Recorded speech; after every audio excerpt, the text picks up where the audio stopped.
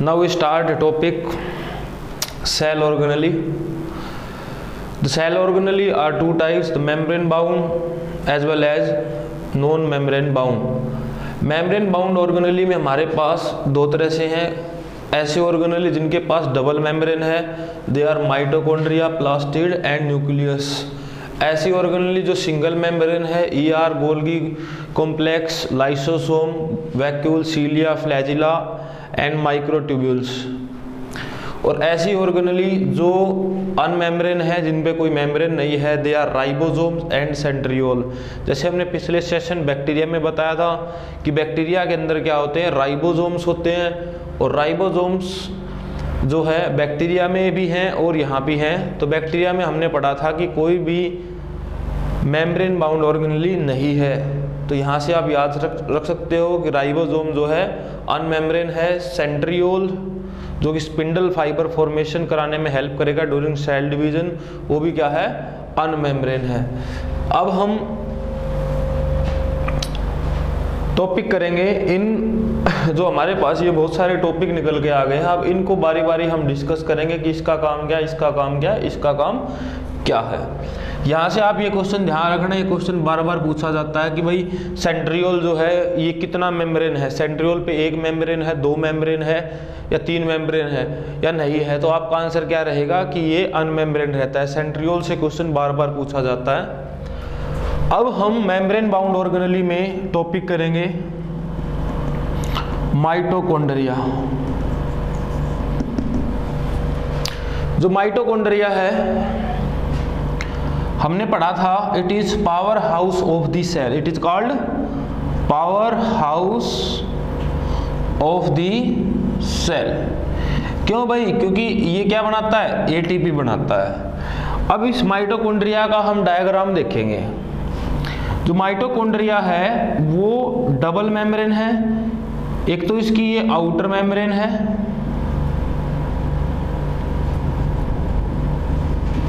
And the second जो membrane है वो क्या है, इस तरह से इनफोल्डेड है, इस तरह से इनफोल्डेड है। और इस तरह से इनफोल्डेड इस मेम्ब्रेन का नाम होता है क्रिस्टी मेम्ब्रेन। ठीक है, तो यहाँ पे हम स्पेसीज की बात कर लेते हैं। ये तो है आउटर मेम्ब्रेन स्पेसीज, ये स्पेसीज रहेगा इनर मेम्ब्रेन स्पेसीज।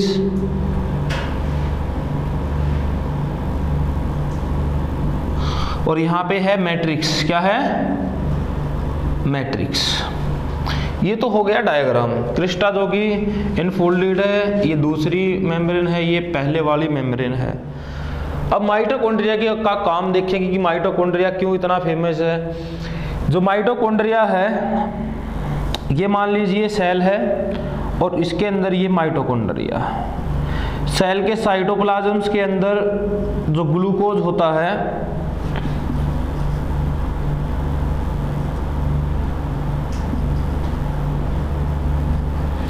वो ऑक्सीडाइज होगा और ऑक्सीडाइज होके कार्बन डाइऑक्साइड H2O और हमें एटीपी देगा। हमने पढ़ा था यहाँ पे 36 एटीपी मॉलिक्यूल्स बनते हैं। तो यहाँ है हमारा साइटोप्लाज्म। यहाँ क्या है हमारा साइटोप्लाज्म। तो साइटोप्लाज्म में एक रिएक्शन होगी जिसका नाम रहेगा ग्लाइकोलाइसिस। क्या रहेगा? साइटोप्लाज्म में एक रिएक्शन रहेगी जिसका नाम रहेगा ग्लाइकोलाइसिस।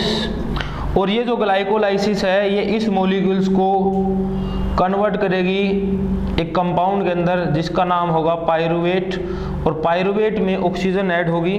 अब जो ये पायरुवेट है ये 3 कार्बन कंपाउंड है और इसके 2 मॉलिक्यूल्स बनेंगे, 2 मॉलिक्यूल्स ऑफ पायरुवेट बनेंगे यहाँ पे।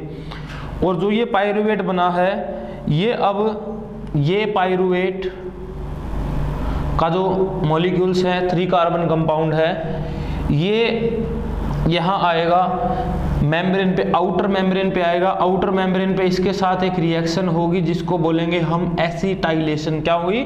एसिटाइलेशन। तो ये पायरुवेट जो कंपाउंड है ये बदल जाएगा एक एंजाइम के अंदर जिसको बोलेंगे एसिटाइल COA। फिर ये जो एसिटाइल COA है,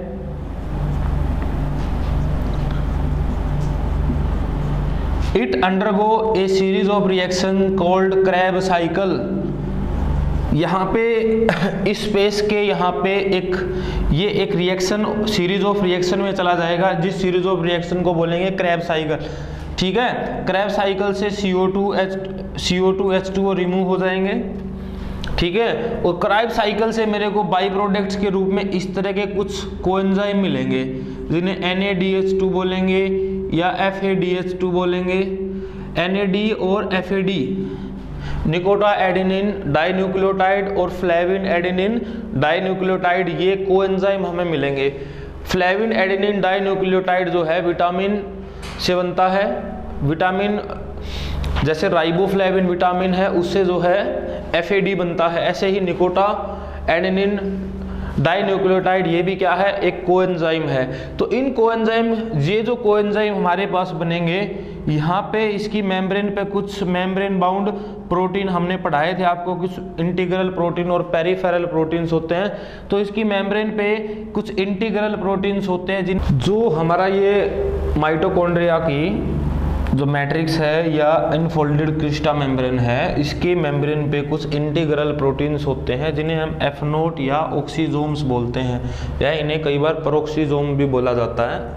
ये ऑक्सीजोम जो है बहुत ही इंपॉर्टेंट काम करते हैं। यहाँ से इन ऑक्सीजोम से, जैसे ये एक ऑक्सीजोम्स का डायग्राम है, यहाँ मान लीजिए ये मेम्ब्रेन है, क्रिस्टा मेम्ब्रेन है, यहाँ पे ये प्रोक्सीजोम है। जब मैं कहता हूँ एक मेरे पास NADH2 है, इसको मैं ब्रेक करूँगा तो ये NAD+ में ब्रेक हो जाएगा और मेरे को कुछ हाइड्रोजन देगा। मेरे को क्या देगा? कुछ हाइड्रोजन। तो ये जब हाइड्रोजन जब यहाँ से पंप करेंगे मेम्ब्रेन के अंदर से, जब ये हाइड्रोजन पंप करेंगे तो यहाँ से, जैसे हम एक्टिव ट्रांसपोर्ट की बात करते हैं कि एक्टिव ट्रांसपोर्ट में जब हम किसी भी आयनाइजिंग चीज़ को या आयंस को पंप कराते हैं तो वहाँ पे एनर्जी देनी पड़ती है। ऐसे ही जब हम अंदर से किसी चीज़ को बाहर कराएंगे तो वहाँ पे मेरे को क्या मिलेगी? एनर्जी मिलेगी। तो इस टाइम पे इन हाइड्रोजन की वजह से यहाँ पर क्या होते हैं? ATP की सिंथेसिस होती है from ADP adenine diphosphate due to hydrogen ion. और उस हाइड्रोजन को आने जाने के लिए जो एक चैनल क्रिएट करेंगे, एक आयनिक चैनल, या उसको आने जाने के लिए एक रास्ता बनाएंगे, वो रास्ता बनाने का काम होता है पेरोक्सीजोम इन F1 पार्टिकल्स का। तो ये F1 पार्टिकल बहुत ही ज़्यादा इंपॉर्टेंट रोल प्ले करते हैं इन दी माइटोकॉन्ड्रिया, और माइटोकॉन्ड्रिया में इन्हीं के कारण जो है एनर्जी बनती है। ठीक है, तो ये था हमारा माइटोकॉन्ड्रिया के डायग्राम से रिलेटेड। फिर जो माइटोकॉन्ड्रिया है उसके पास ये एक सेमी ऑटोनोमस ऑर्गेनेली है। इसके पास इसके खुद का DNA है जो कि सर्कुलर, इसके पास इसका सर्कुलर DNA है। ठीक है, और इसके पास कहीं कहीं पे राइबोसोम्स भी प्रेजेंट है। इसकी बॉडी के अंदर कहीं कहीं पे बहुत सारे राइबोसोम्स भी प्रेजेंट है। और जो ऑर्गेनेली जिसके पास खुद का राइबोसोम और खुद के DNA हो, they have own DNA and own ribosome, तो वो ऑर्गेनेली अपने प्रोटीन खुद बना सकती है। तो ऐसी ऑर्गेनेली को सेमी ऑटोनोमस ऑर्गेनेली बोलते हैं। क्या बोलते हैं? Semi autonomous organelle. क्यों बोलेंगे इन्हें सेमी ऑटोनोमस ऑर्गेनेली? क्योंकि DNA और राइबोसोम होने के कारण जो है, जो प्रोटीन बनाने वाली मशीनरी है इसके पास है, तो इसलिए इसको क्या बोलेंगे? Semi autonomous organelle. इसके पास सर्कुलर DNA है और इसके पास 70S के राइबोसोम भी प्रेजेंट है। 70S को 50S और 20S में बांट लेते हैं। 50S लार्जर सब unit and 20S is smaller सब यूनिट। तो ये था टॉपिक हमारा माइटोकॉन्ड्रिया, आप इसे नोट कर लीजिए। Now we start a topic called nucleus. देखिए स्टूडेंट, हम बार पढ़ते आ रहे हैं कि 9th में भी पढ़ा था हमने, न्यूक्लियस क्या है। न्यूक्लियस के अंदर क्या है? DNA है, और DNA कंटेन जेनेटिक इंफॉर्मेशंस। किस तरह की जेनेटिक इन्फॉर्मेशन भी हमारे अंदर जो प्रोटीन बनते हैं उनकी जेनेटिक इन्फॉर्मेशन है न्यूक्लियस के पास। जो न्यूक्लियस है it is discovered by Robert Brown in 1831। It is centre of the cell, it control all activity of the cell, it help in cell division. तो ये सारे काम क्या है, न्यूक्लियस करता है। अब न्यूक्लियस पे हम इंपॉर्टेंट चीजें देखेंगे कि न्यूक्लियस में डीएनए क्या है, डीएनए कैसे बना, उस चीज के बारे में जानेंगे। तो ये हमारे पास एक न्यूक्लियस का एक रफ स्केच है।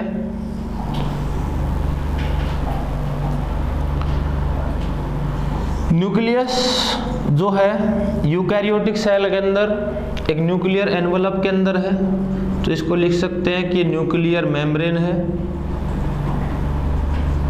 ठीक है।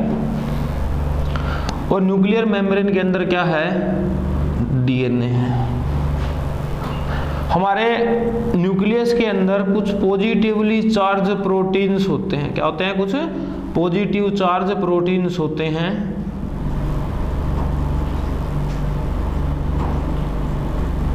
जिन्हें हम हिस्टोन प्रोटीन बोलते हैं। क्या बोलते हैं, हिस्टोन प्रोटीन्स। आपको मैं बता दूं, किसी भी प्रोटीन के ऊपर जो पॉजिटिव चार्ज होता है वो डिपेंड करता है कि उसके अंदर अमीनो एसिड कैसे हैं। जैसे लाइसिन और आर्जिनिन, लाइसिन और आर्जिनिन बेसिक अमीनो एसिड हैं और इन अमीनो एसिड्स के अंदर पॉजिटिव चार्ज होता है।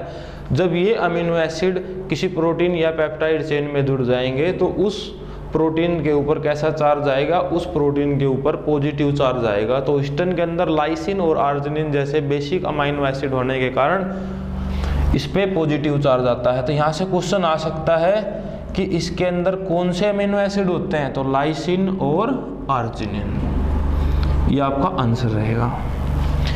तो डीएनए पे होता है नेगेटिव चार्ज और ये मान लीजिए पॉजिटिवली चार्ज ग्लोबुलर प्रोटीन है, हिस्टोन प्रोटीन है। तो ये DNA in positively charge protein के चारों तरफ रैप करता है और रैप करके एक फॉर्म बनाता है जिसको बोलते हैं क्रोमेटिन। तो आपसे क्या पूछेगा, क्रोमेटिन क्या है? Chromatin is the wrapping of DNA around a positively charge histone proteins, और इस प्रकार से थ्रेड लाइक स्ट्रक्चर बनता है। फिर एक न्यूक्लियस के अंदर क्या होता है, न्यूक्लियोड होता है। ये न्यूक्लियोड क्या होता है, इस न्यूक्लियोड्स के अंदर क्या होते हैं, आरएनए एंड प्रोटीन्स होते हैं। ये बात समझ में आ गई। आरएनए की मैंने जिस 3 टाइप भी बता दे दी आपको, टीआरएनए, एमआरएनए और आरआरएनए।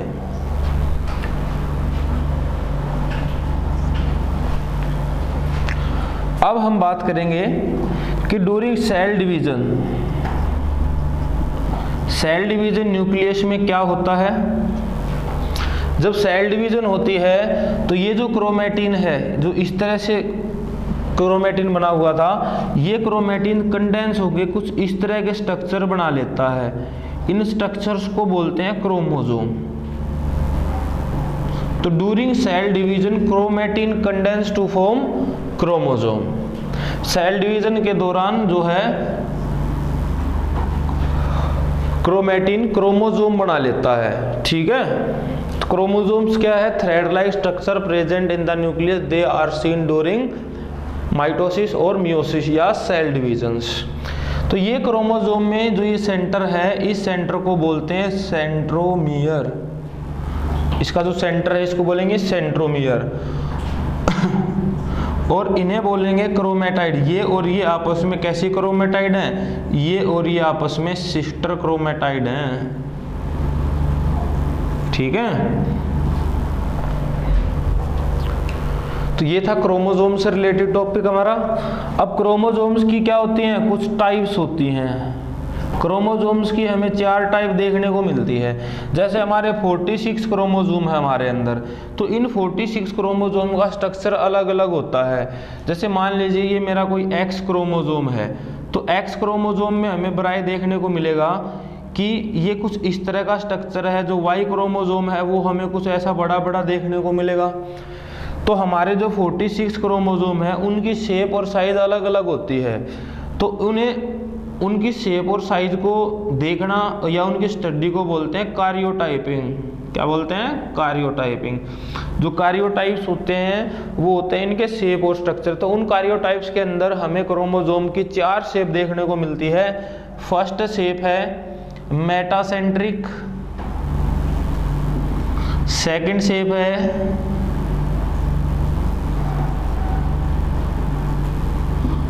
सब मेटासेंट्रिक,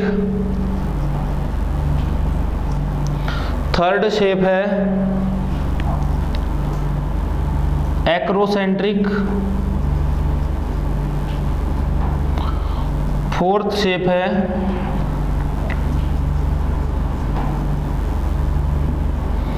टीलोसेंट्रिक। मेटासेंट्रिक ऐसे क्रोमोसोम्स होते हैं जिनमें सेंट्रोमियर बिल्कुल बीच में होता है कि भाई ये और ये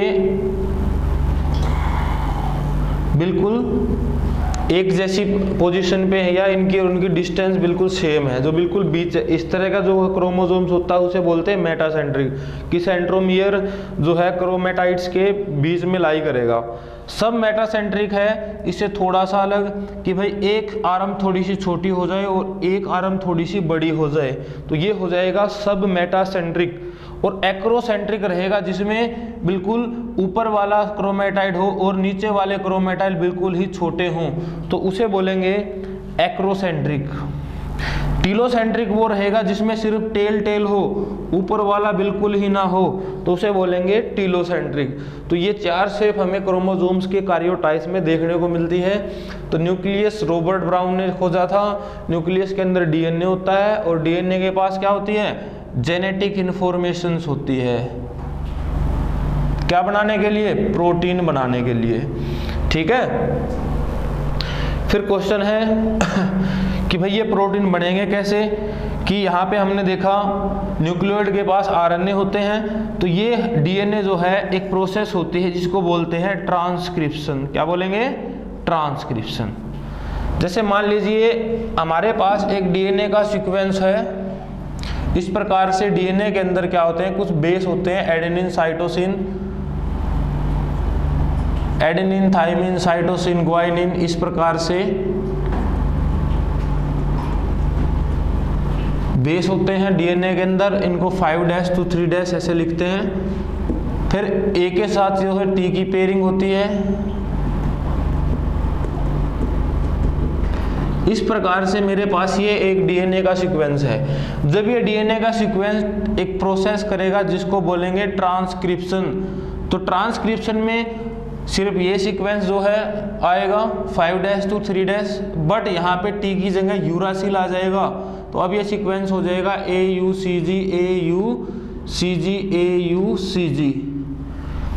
तो अब ये जो सीक्वेंस है, ये सीक्वेंस आ गया मेरे पास mRNA। mRNA is the messenger RNA, क्योंकि इसके पास प्रोटीन बनाने के लिए मैसेज होता है, कोड होता है। तो ये मैसेंजर RNA पे ये जो ट्रिपलेट बनता है इन बेस का, इन नाइट्रोजन के बेस का जो एक ट्रिपलेट बनता है mRNA पे, ये किसी न किसी अमीनो एसिड को शो करता है। मान लीजिए ये भी एक अमीनो एसिड बना रहा है, ये भी एक अमीनो एसिड बना रहा है और ये भी एक अमीनो एसिड बना रहा है। तो जब ये जुड़ जाएंगे तो यहाँ पर एक क्या बन जाएगी? प्रोटीन की चेन बनेगी। और ये जो प्रोटीन की चेन बनना होता है इसको बोलते हैं ट्रांसलेशन। क्या बोलते हैं इसको? ट्रांसलेशन बोलते हैं। तो यहाँ से यहाँ जब ट्रांसक्रिप्शन होती है तो ये mRNA में कन्वर्ट होता है, और साइटोप्लाज्म में जो मैंने बताया राइबोसोम्स होते हैं, वो राइबोसोम इसकी हेल्प से, इस mRNA की हेल्प से या इस mRNA पे जो मैसेज है उसकी हेल्प से यहाँ पर क्या बनाते हैं? प्रोटीन बनाते हैं। तो ये हमारा टॉपिक था न्यूक्लियस से रिलेटेड, आप इसको नोट कर लीजिए।